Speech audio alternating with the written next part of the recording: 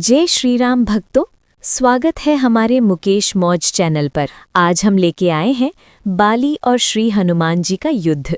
चलिए शुरू करते हैं। किष्किंधा के पराक्रमी राजा बाली को ब्रह्मा जी से एक अनोखा वरदान मिला था। इस वरदान के अनुसार जो भी योद्धा बाली से युद्ध करता, उसकी आधी शक्ति स्वतः बाली के शरीर में समा जाती थी। इसी कारण बाली अजेय बन गया। धीरे धीरे उसे अपनी शक्ति पर इतना घमंड हो गया कि वो ऋषि मुनियों और देवताओं को भी तुच्छ समझने लगा। एक दिन हनुमान जी वन में भगवान राम की भक्ति में लीन थे। उसी समय बाली वहां से गुजरा।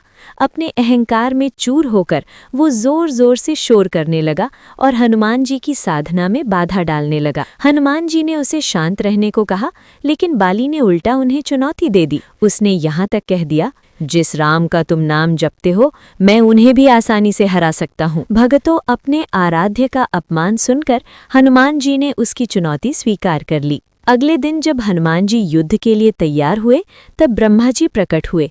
उन्होंने कहा, हे पवन पुत्र, आप अपनी पूरी शक्ति लेकर बाली के सामने मत जाइए। यदि ऐसा हुआ तो बाली आपकी शक्ति को सहन नहीं कर पाएगा और उसका शरीर नष्ट हो जाएगा। इस पर हनुमान जी ने अपनी कुल शक्ति का केवल 10वां हिस्सा अपने पास रखा और बाकी शक्ति भगवान राम के चरणों में समर्पित कर दी। जब रणभूमि में हनुमान जी और बाली आमने सामने आए, तो वरदान के अनुसार हनुमान जी की शक्ति का आधा हिस्सा बाली में जाने लगा। लेकिन जैसे ही ये शक्ति बाली के शरीर में प्रवेश करने लगी, उसकी नसें फटने जैसी स्थिति में आ गई।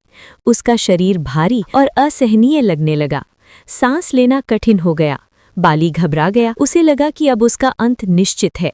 अपनी जान बचाने के लिए वो युद्ध भूमि से भाग खड़ा हुआ और दूर जाकर ही उसे थोड़ी राहत मिली। तभी ब्रह्मा जी वहां प्रकट हुए और बाली से बोले, जिसे तुम साधारण वानर समझ रहे थे, वो कोई और नहीं बल्कि शिव के अंश महाबली हनुमान है। तुम उनकी शक्ति का एक छोटा सा अंश भी सहन नहीं कर पाए। ये सुनकर बाली का अहंकार चूर हो गया। उसने अपनी गलती स्वीकार की और हनुमान जी से क्षमा मांगी। हमें कभी भी किसी चीज का घमंड नहीं करना चाहिए, नहीं तो विनाश के सिवा कुछ नहीं मिलता।